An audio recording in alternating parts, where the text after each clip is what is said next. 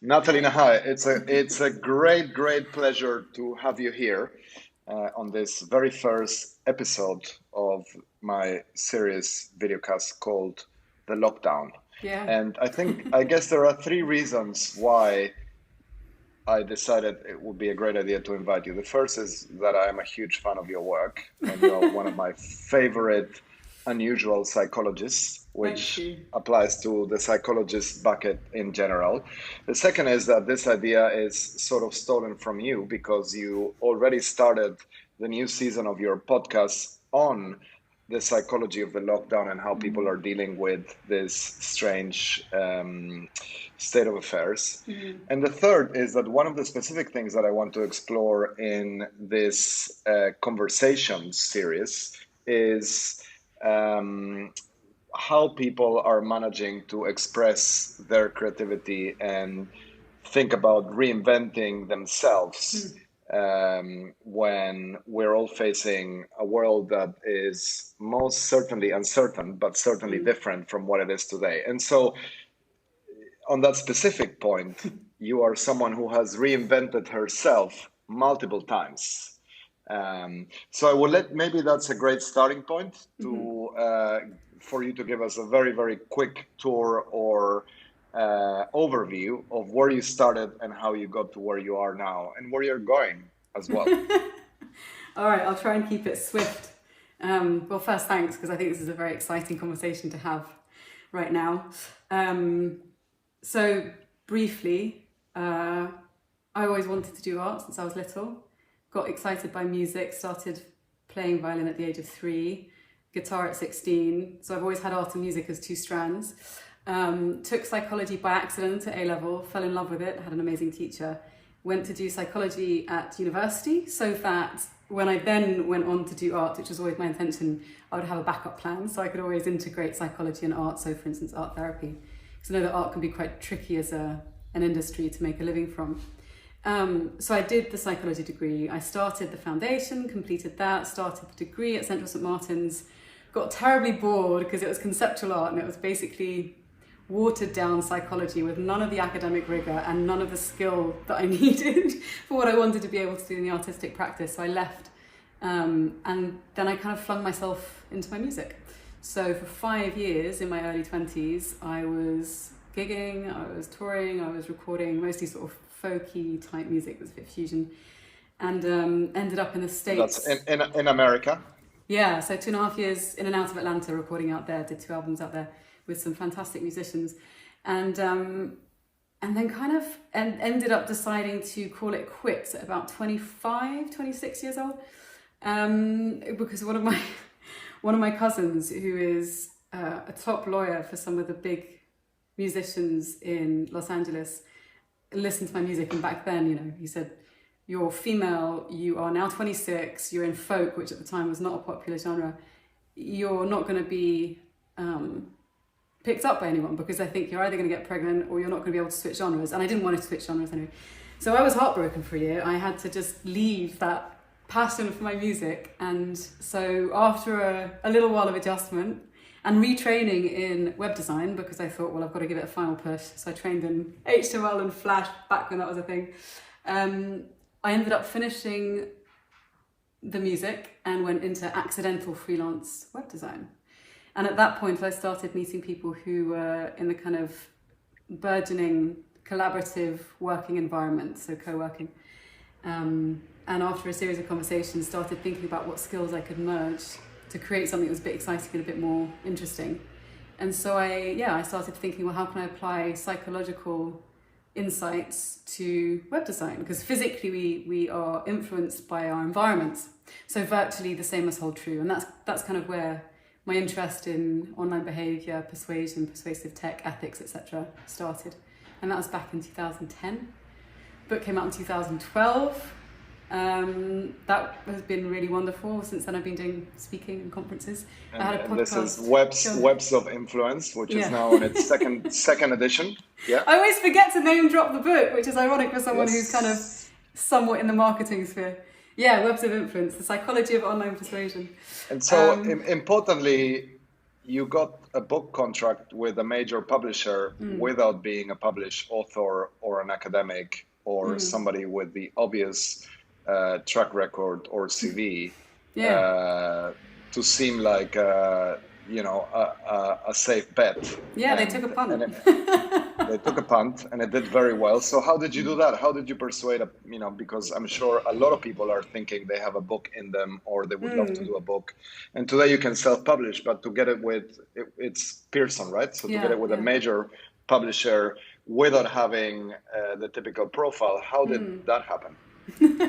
I was training in various things, and one of the courses that I'd attended, the guy who was running it had written a whole slew of books, really interesting books, and I got on well with him. I really enjoyed the way that he wrote, and so I asked him, I was like, can I take you out for lunch and ask you about your route to publishing, what the process was like?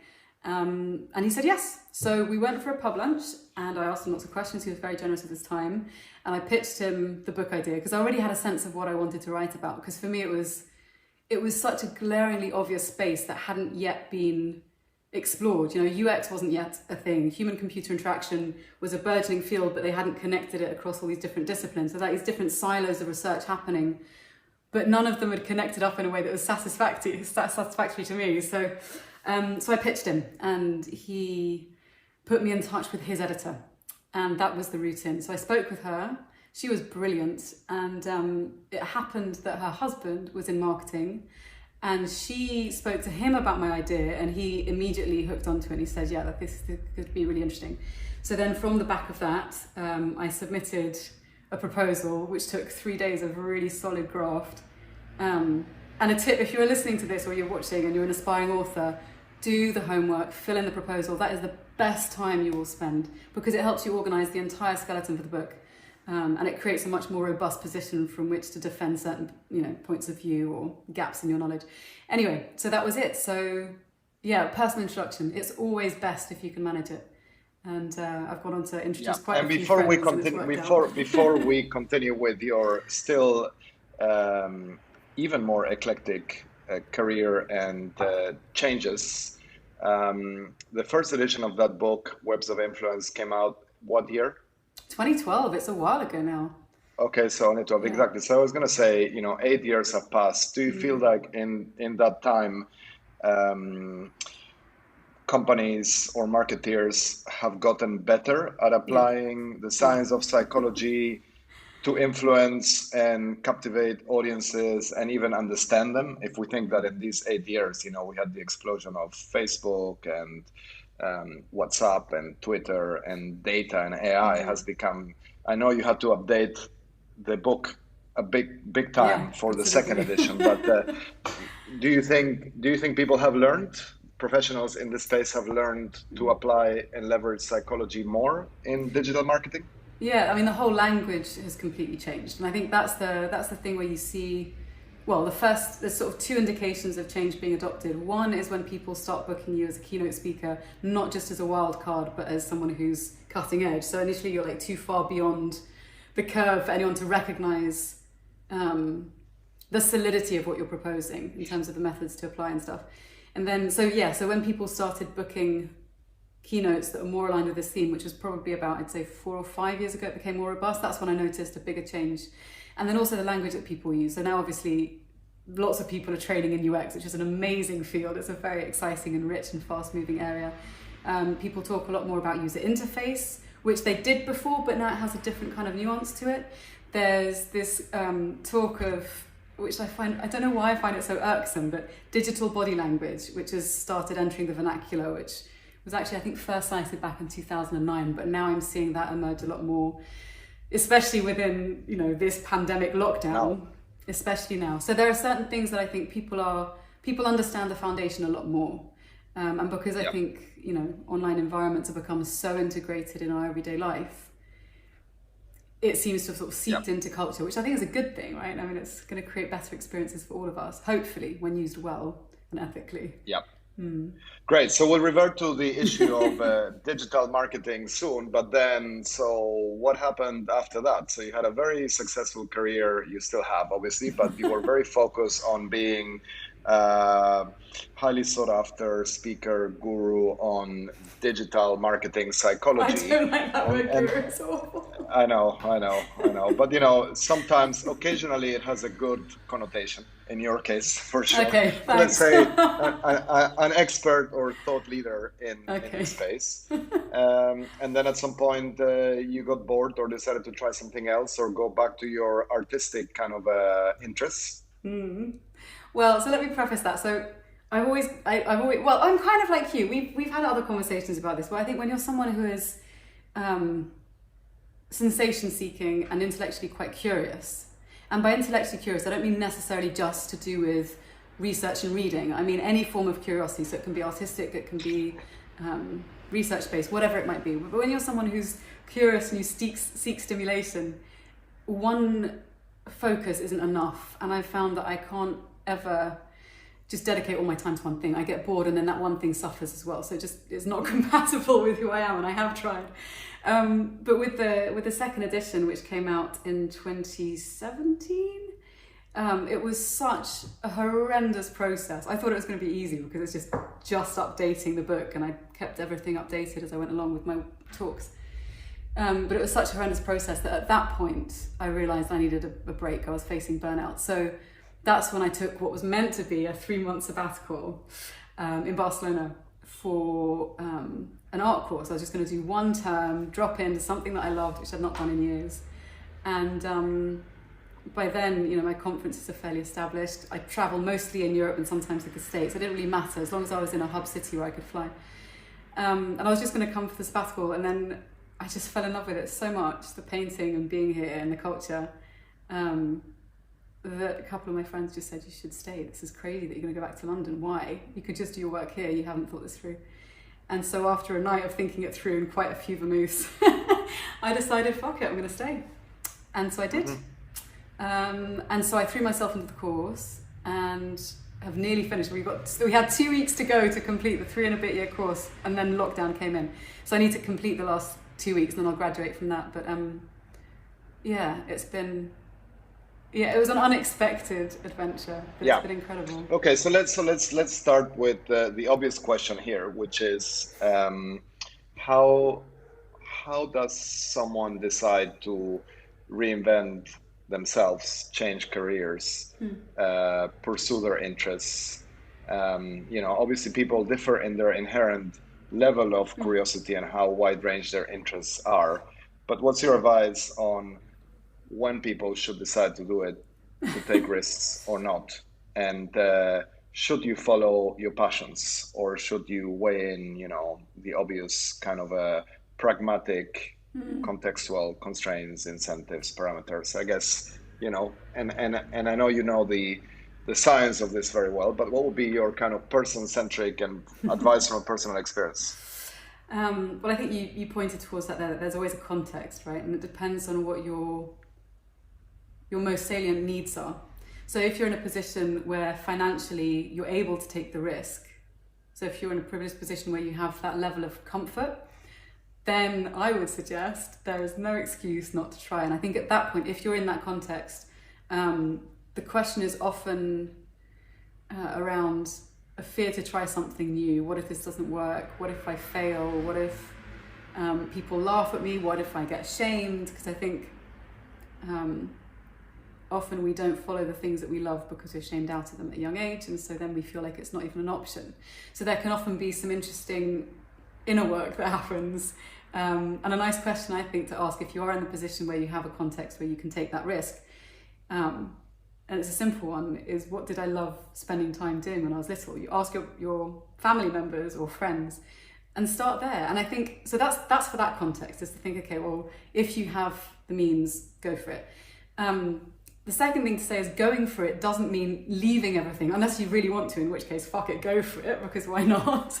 But if, there are different ways to take risks. So I think, I didn't choose to come here and change my entire life. I came for sabbatical, I ended up moving countries, starting to learn a new language, completing a 3-year course, buying a flat, falling in love, moving in with someone. My whole life is completely different to 3.5 years ago. So a small change, a small course or a hobby or a couple of hours spent here and there can be a really, really enriching way to integrate these aspects. It doesn't have to be a full-blown kind of throwing all your cares to the wind commitment to something different. And then for the final sort of thought, if you are financially restrained, which I think all of us probably experience at some point in their life, there are ways of just finding pockets of time to do some version of the thing that we love. And I think sometimes it can really be a lifeline to us. So, music was never going to pay my bills, but I've found since moving here that sometimes there's a great need to make music or to listen to music. And that's been a lifeline for me. Forever, it's been a lifeline to me. And so I think there are also moments at which you have to recognize what are the things that really enliven you and keep you in love with life at some level, I think. Yeah. Do you think people immersed in non-artistic professions can ever reach the level of flow, intrinsic motivation, and meaning and purpose that you find in people who are doing artistic things, whether that's music, Yes. But I think everything can be seen through an artistic and a scientific lens. If we're going to use those as our and I don't think they are mutually exclusive at all, but if you're going to use those as kind of the ends of our spectrum, and you say, okay, well, science is trying to get to some sort of version of objective truth. We're trying to get closer towards that, and it's about analysis. There is a beauty in analysis, and there's a beauty in physics. If you listen to mathematicians talk about pure maths or physics or whatever, there is an absolute romance that happens there and a flow, which I think is deeply exciting. And also in the artistic practice, what I've learned is there's a really rigorous, analytical, scientific approach to some forms of art that are also, I was completely blown away by it, but with the painting method that I practice and the visual arts that I'm now immersed in, it's way more scientific than I expected, and psychological. So I think everything's interconnected. You can reach flow in whatever your chosen discipline. They're not mutually exclusive. Yeah. So the latest edition of your podcast, should we call it a podcast? Like I hate the way I know I dislike the word webinar, but podcasts I'm kind of neutral about. Well, they're audio, so let's stick with podcasts. Yes. So the latest edition of your podcast explores humanity in lockdown, pretty much, or in quarantine, or how people are coping with the current situation. What have you learned from your guests, and also what have you learned about yourself while in quarantine, given that now, Spain has been in lockdown for a month or so? This will be, on Saturday, it'll be 6 weeks. 6 weeks, yes. So what have you learned from your guests? What have you learned about yourself? That's such a good question. From my guests, one of the first interview I did with Aaron Balick, who's an amazing psychotherapist, and a friend of mine, he was talking about ways in which we cope with adverse situations. And one of the primary lines of coping or defense is manic defense that he was describing, which is when you spring into action. And I have the kind of constellation of personality traits where I have that tendency anyway. And I definitely noticed that, as soon as it was in lockdown in Spain, I thought, right, well, what am I going to do? How can I help? How can I spend my time? Because I need to do something that I feel is meaningful. And so that's why I jumped into the Hive, so the new season. And then another couple of conversations, I had a really interesting conversation with Carl Miller, who works at Demos, which is a UK-based think tank looking at social media and politics. And we were talking about misinformation and the propensity for fake news to be shared in closed WhatsApp groups, and which groups of people are more likely to consume and propagate that information. Hint, it's usually older people. We talked about that. I talked with Dr. Gillian Isaacs-Russell, another psychotherapist, about our relationship to the situation in terms of grief and loss, and not putting pressure on ourselves to cope in any particular way. Because I think one of the things that I jumped to was to be productive. And of course, one of the things that if you get hit by grief, sometimes you feel paralyzed. And I think this is one of the interesting things in having these conversations, is that there's so many different ways in which we're going to respond to this. And no single version of that is going to be the right way. So there is this tendency to kind of go for productivity porn or ask the kind of existential questions. And if you're not there, don't force yourself. So that was really powerful for me. Is productivity porn an actual term? Because Basically, I it is assume now. it can be interpreted in many different ways, and I worry about some of the interpretations. Okay, and so basically, different people respond to it in different ways. Yeah. And can there be a general upside to this? You know, something like if you remove the whole of humanity from its natural habitat and force them to face a global pandemic or collective crisis, it almost sounds like a bit of a cliche, but do you think it will help us rethink certain priorities and come back to the new version of normality as an improved version of ourselves to some degree, right? And that can range from, you know, we won't travel as much if it's not necessary, or we'll appreciate more when there isn't a line in the grocery store, or, you know, a hug will have a different connotation. I don't know. I guess it's a broad question. What do you think? I think, well, I've been looking at some of the research that started to come out. There's some really interesting stuff from Nielsen, Ernst & Young, a couple of other McKinsey as well. And some of the interesting trends, I was looking in various areas, but one of them is around food. And in China and across Asia and now different parts of Europe and US as we get hit, there's been some interesting statistics around people being much more likely to say that they will eat from home more in the future and skilling up on home cooking. And with that, deciding to buy more fresh produce. So there's obviously going to be a massive hit in fast food consumption, in learning how to prepare your own food. More people are finding an interest in how to plant things from seeds, putting them on their balconies or on their windowsills. I think also from the research that I've read, more of an interest in trust, transparency, the ability of a product to actually perform the function that it says, especially when it's relating to health products. But I think in terms of wider trends, I mean, clearly if a lot of aviation companies are going to go bust, which I suspect many will, and there's also a reticence on, you know, the part of the public to go travelling because it incurs a higher risk potentially, there's going to be a much lower bandwidth, capacity to take travellers and also desire to travel. So I think that's going to be interesting. So I don't know how that's going to impact local tourism. I would imagine that people will probably travel more within their own countries. I'm certainly thinking about that within Spain. In terms of touch, some people have been saying, well, you know, do you think this means that we're going to do everything virtually? No, of course not. We're adapting our behaviours to what's in a really unusual circumstance. And I think that even though technology can fulfil certain needs, you know, it's a completely different experience than when you can physically reach out and touch someone or see their entire body. Or for instance, an example that I really like, people get really tired spending all day on Zoom meetings. And one of the reasons positive for that is because you're not able to engage in a natural eye gaze relationship. So if you've got 5 people on a screen and you're constantly being surveilled, you have to worry about what you look like, what your response is like, who you're paying attention to. Usually prolonged eye contact is reserved for intimate relationships, so that already puts a totally different context to the one that you're in, which is probably work related. So I don't know, there's so many layers of change. Let's talk a little bit more about digital nonverbal communication or body language, because I think it's obviously now a more important area than it was before. And I'm sure most of us are spending more time on Zoom and Microsoft Teams and Hangouts than we would like to, or we were used to it.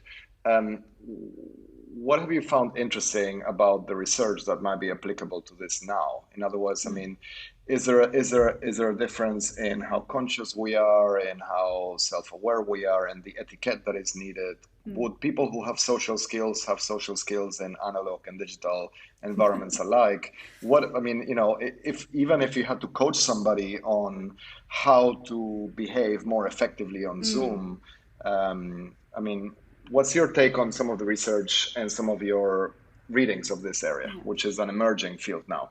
Well, I think there's definitely a way in which you can teach people etiquette.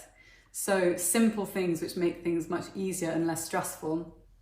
Number one, turn your mic off, mute it when you're not speaking. The second thing is, And for some people, when they are speaking, I guess. yeah, right. But that's a different thing. Yes. What else? Oh yeah, another thing which is actually a really simple hack. If you find that you are spending a lot of time in Google Teams or Zoom or whatever, and you've got the choice to either sit with the screen where you have everyone on the screen or simply the person speaking, generally speaking, it's less tiring to have the person speaking on the screen because it mimics what we're more likely to encounter in physical interactions.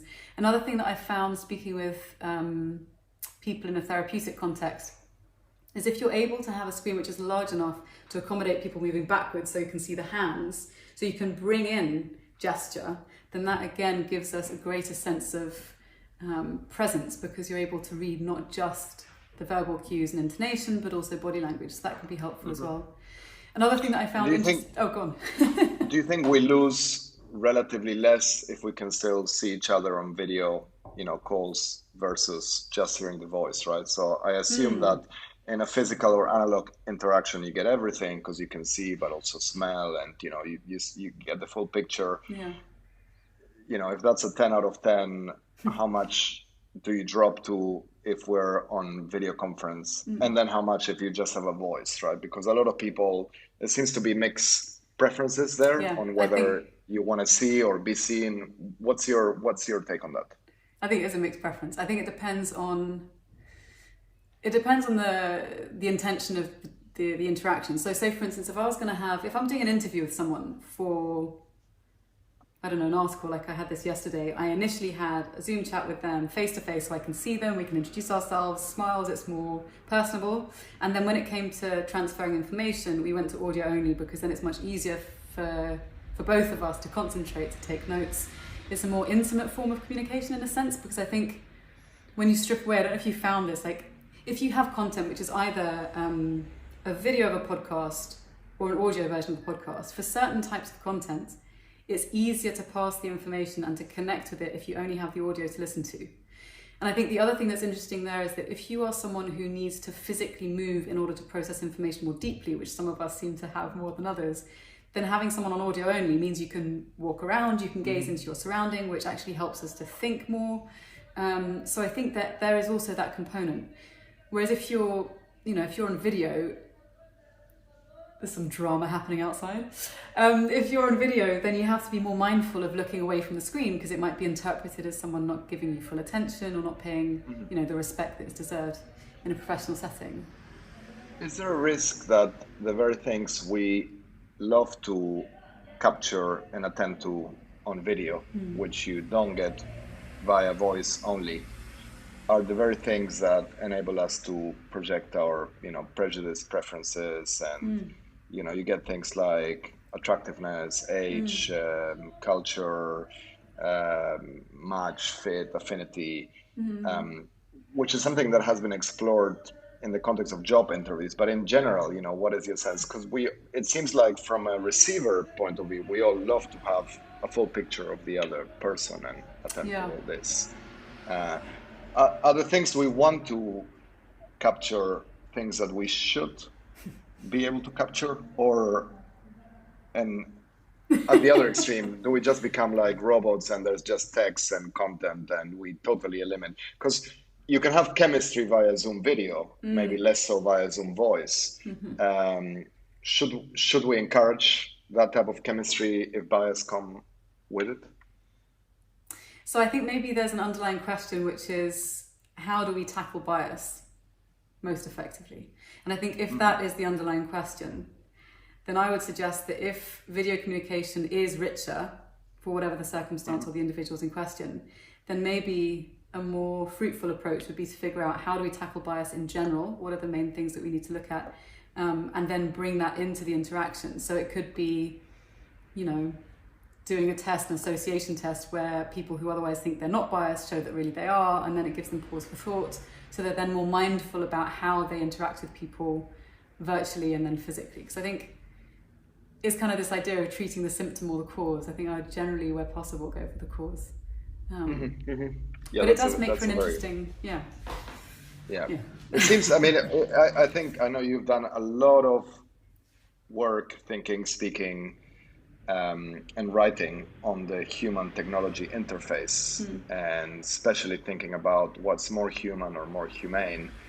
And I think there are some borderline areas like this one. So it seems more human for us to see each other and also more humane. But if that actually enables some of these biases to crop out and make the world less fair, should technology sort of sanitize or sterilize that? Oh, Or but see, that's interesting language use, right? Because you talk about sanitizing and yes, sterilizing as opposed to not at all needing nudging or. language. Not at all needing. I Very, think very impartial. I think it depends on the context. So another, like, something that's analogous to this, which I love, was, and I forget the actual year and the orchestra, but there was this prevailing idea that women were really not good as musicians. They were too flimsy. They didn't have enough. Oh, is that mate? It is, yes. Oh, very nice. I should have. Not in a real mate, I'm afraid. So No one needed to know that. You could have. if anyone from Argentina is watching, this is sort of heretic, but it goes into the dishwasher. So there you go. Excellent innovation. Exactly. Necessity is the mother of invention. There we go. Yeah, I like to think that if the gauchos had had a dishwasher in the 1850s, they would have also used the glass. Yes, I'm sure. So what were we talking about? Oh yes, okay. Anyway, so you were saying. Yes, so musicians. So there's this prevailing bias that women weren't good musicians and they didn't have enough gumption and ferocity and all the rest of it. Anyway, in order to put this to the test, it was suggested that this orchestra hold blind auditions. So the person coming to audition, the musician, would stand behind a screen. They wouldn't say a word. They wouldn't give their name. They would just play a piece.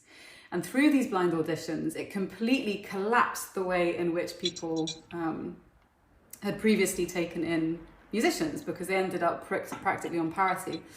And so I think there are instances like that where sanitizing, I don't even want to use that word, I think where removing the most obvious bias can be best achieved and most poignantly achieved by doing something radical, where the intervention is simple, it highlights the really big issue in the room, and it causes enough of a shock to the system that people realise there was a bias there to begin with. Now, of course, that can completely upturn the apple cart and cause other problems, but that's a really useful intervention in the right context.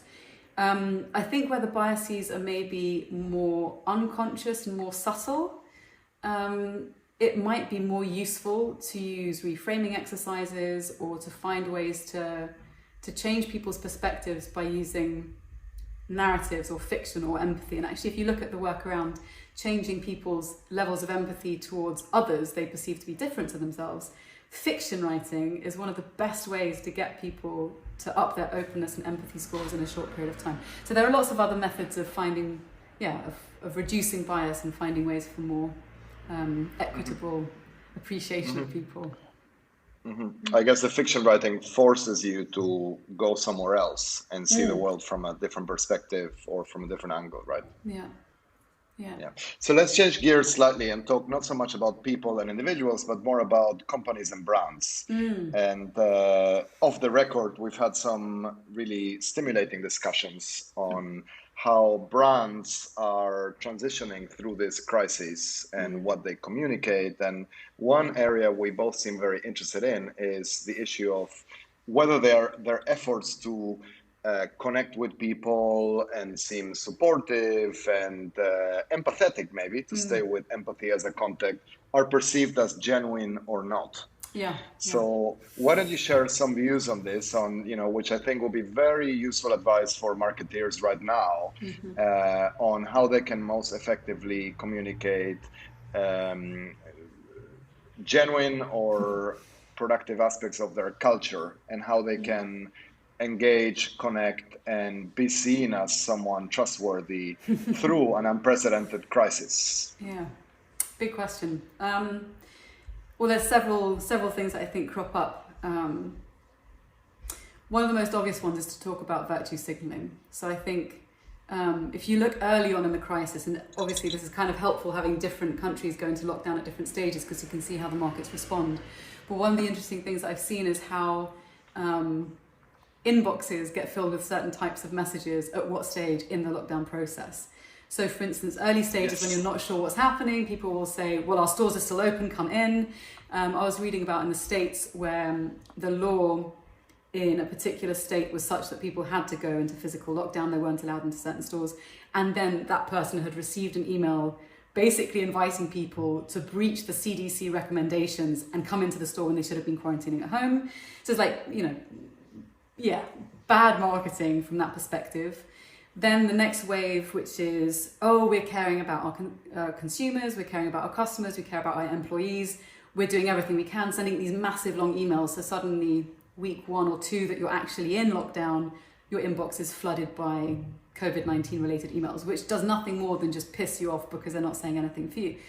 So then I think there's an interesting element there that people forget, that expressing empathy, if you're a marketer, especially when the people working for the company are probably under a lot of stress as well. So we're all in this together. We've all got financial strains of some sort or another, unless you're lucky to be in an industry which is actually, thriving from this pandemic. So I think if you are in the boat where everyone's financially squeezed, you have to basically deploy a degree of empathy and make sure that if you're sending out content to customers, what's in it for them? Like, put yourself in their shoes. Do they want to get just another email from you saying, oh, we're just protecting our stock? No, they don't give a shit. They're getting hundreds of these emails.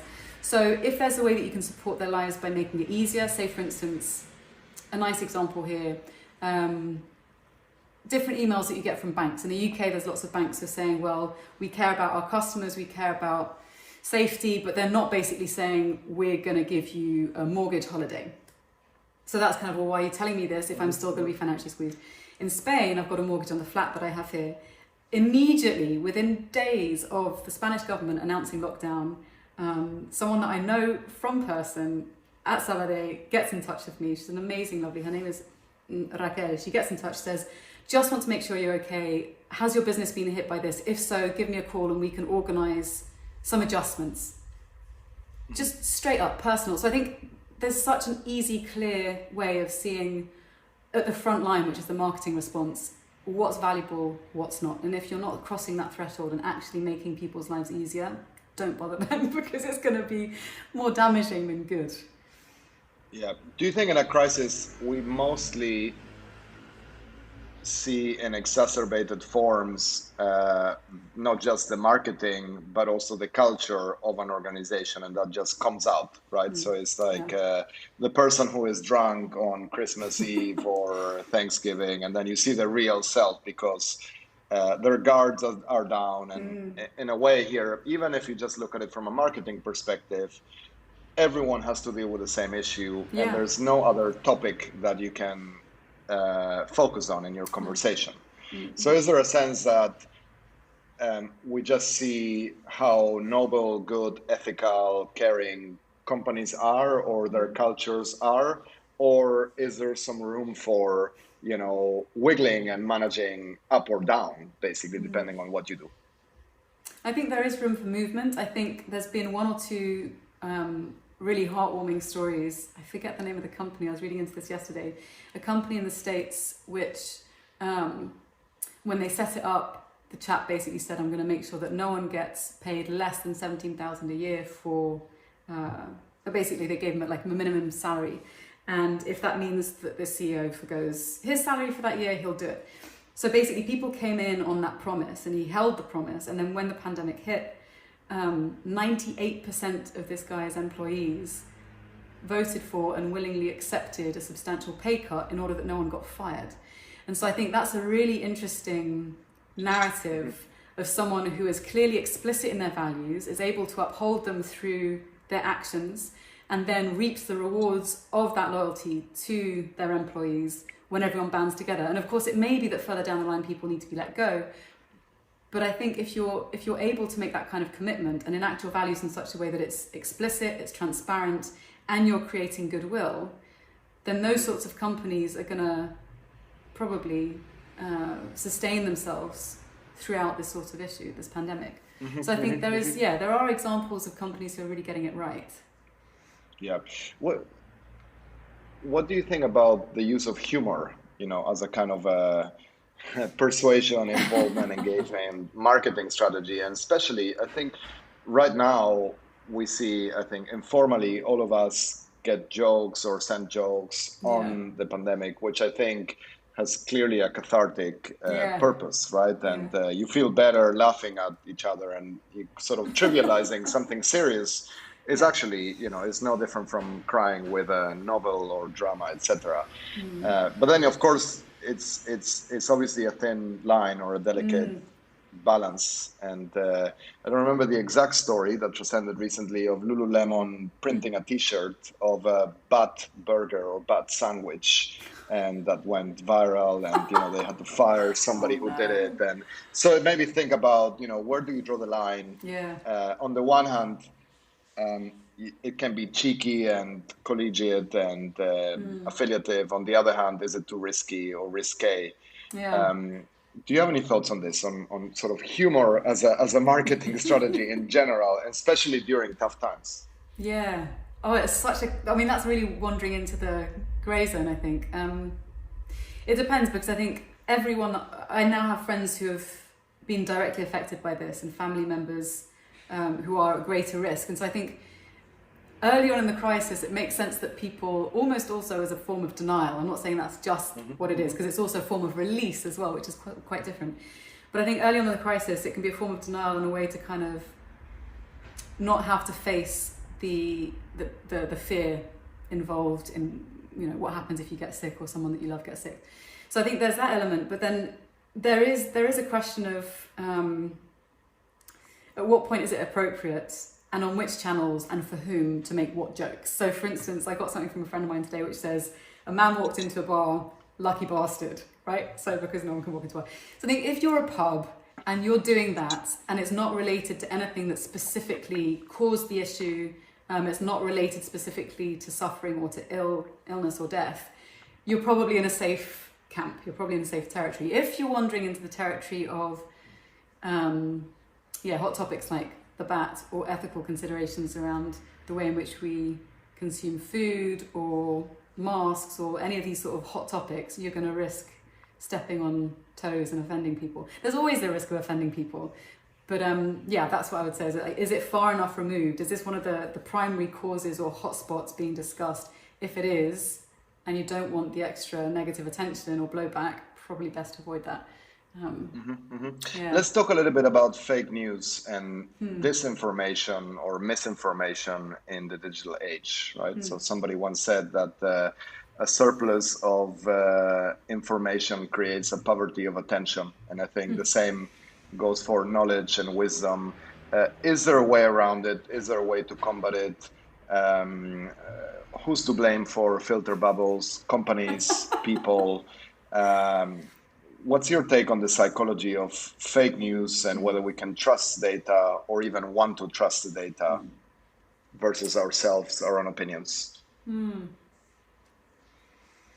Well, it's interesting. So if you look at the ways in which fake news propagates and how now the big publishing, well, I don't want to say publishing platforms, pseudo-publishing platforms, so platforms like Facebook where you can post content, previously they were very reticent to make any sort of robust attempt to take down inflammatory or illegal content, unless it was flagged up.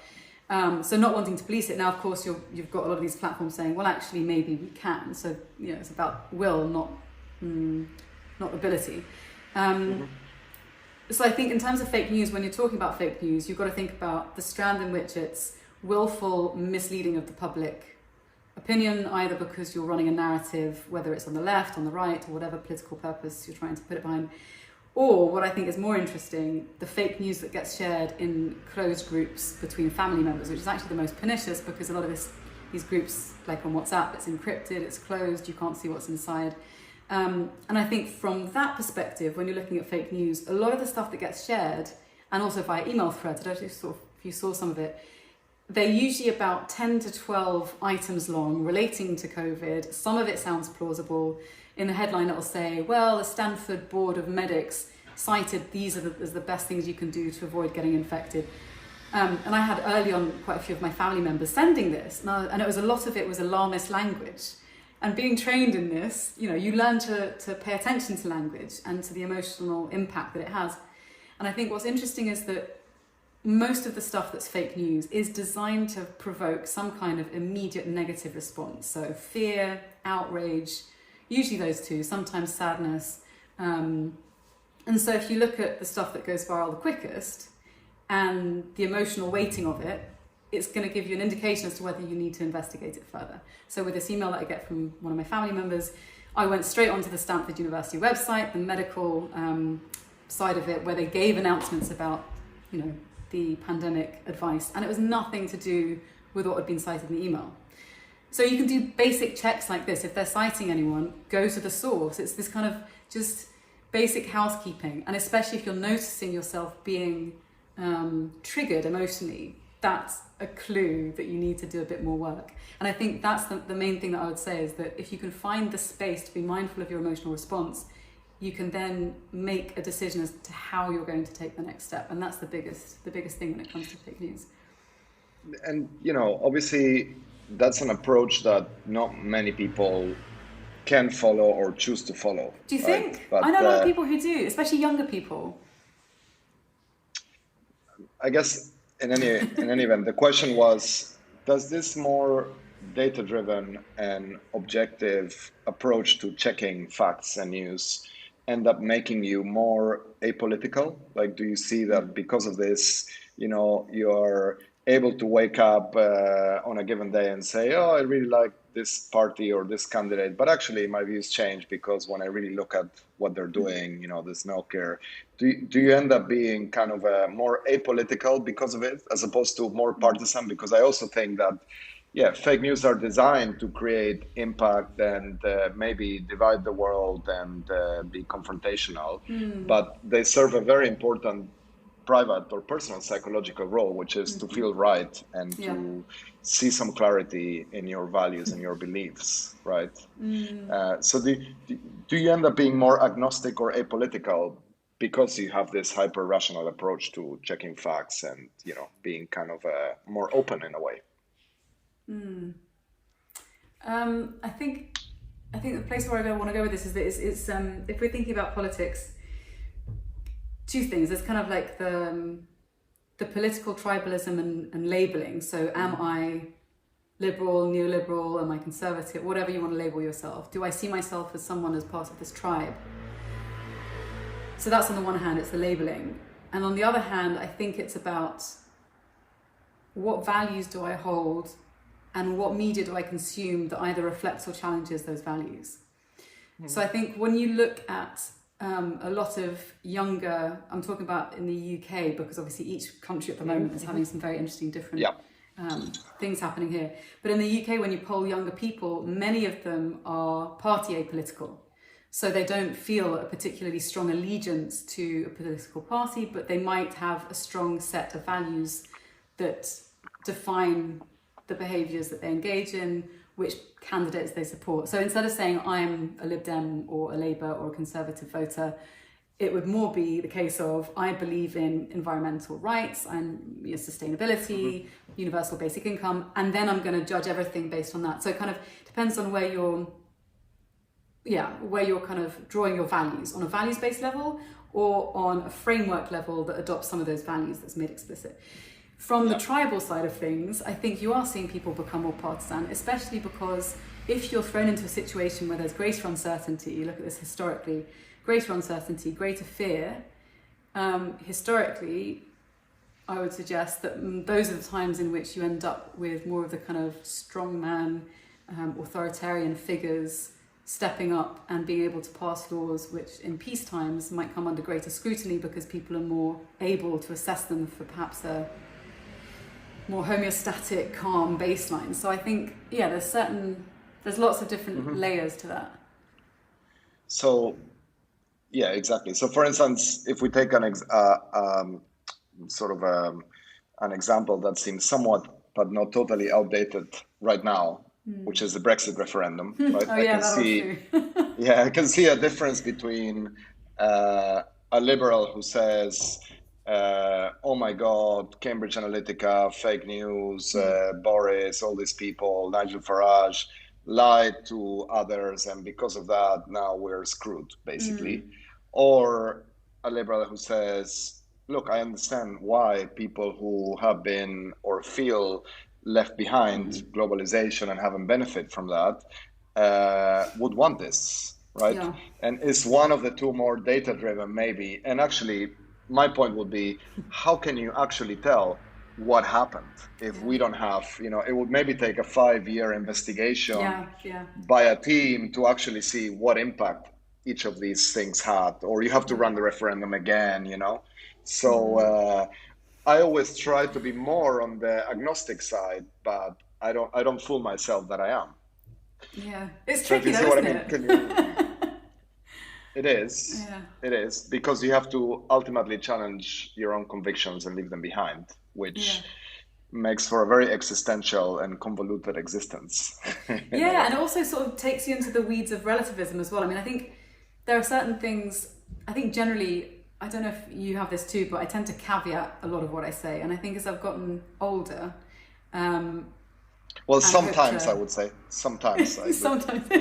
which is the joke. But also you have to like carefully language use and making it from a lived experience Yes. perspective as opposed to anything absolute. Yeah. But I think even that kind of reveals a desire to be mentally flexible enough to accommodate one's perspectives as they get challenged.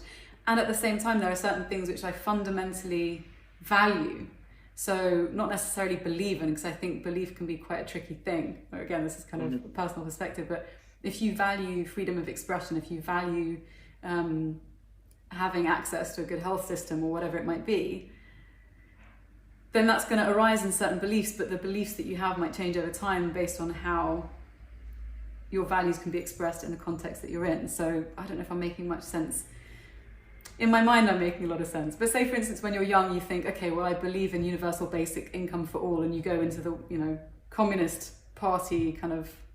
That's a very different look than if you're going down a more liberal route, but you still have the same values, but you have shifting beliefs. I don't know. I think it's complex. You probably know a lot more about this than I do. No. I should be mean, no, interviewing you. I wouldn't for a second claim that I do. But so we're coming almost up to our closing, and I thought, well, I have 3 final questions to ask, but you can pick the one you prefer the most, right? Okay. Because they're coming up now, and I'll let you choose. The first is, what do you miss most about the pre-lockdown world? So things that you can't do right now and that you would love to do. Second is, what do you think you will miss from the lockdown world once this is over? And obviously you can still choose to spend a lot of time indoors, but there are certain things that you need big excuses to them. And third, what do you think will be the main lesson about human resilience and mental toughness after all of this is over? So one's kind of philosophical, the other are more pragmatic. You can choose one. Okay, well, let's go with the last one because I like that as a big question. It's maybe a bit richer, more universally applicable. So what we'll learn when we come out of this, what my hope is of what we'll learn in resilience. My hope is that we'll learn a couple of major things. One, that in democracies in particular, it is possible to effect immediate unilateral change that can have huge implications for the halting of climate degradation. That's massive. Off the back of that too, is that I hope that we'll be in lockdown in such a way and come out of it in such a way that the benefits as they are, seeing blue skies, hearing swifts outside the window, less pollution, fewer deaths and illnesses related to asthma and all the rest of it, all of these things that we'll have experienced will have created a new baseline and appreciation for a better, more thriving environment. And 3 is that we'll be able to make change in terms of the way that we live, but also legislatively to make sure that we make the most of the gains that we've accidentally achieved. So those are my main hopes, I think. Very good. This is a great and rather optimistic finale for what has been a most enjoyable conversation. So thank you for being here, even though you're not here, but it felt like you were here. And I should stop this recording now, and then we'll see what happens. Thank you. Lovely. Thanks.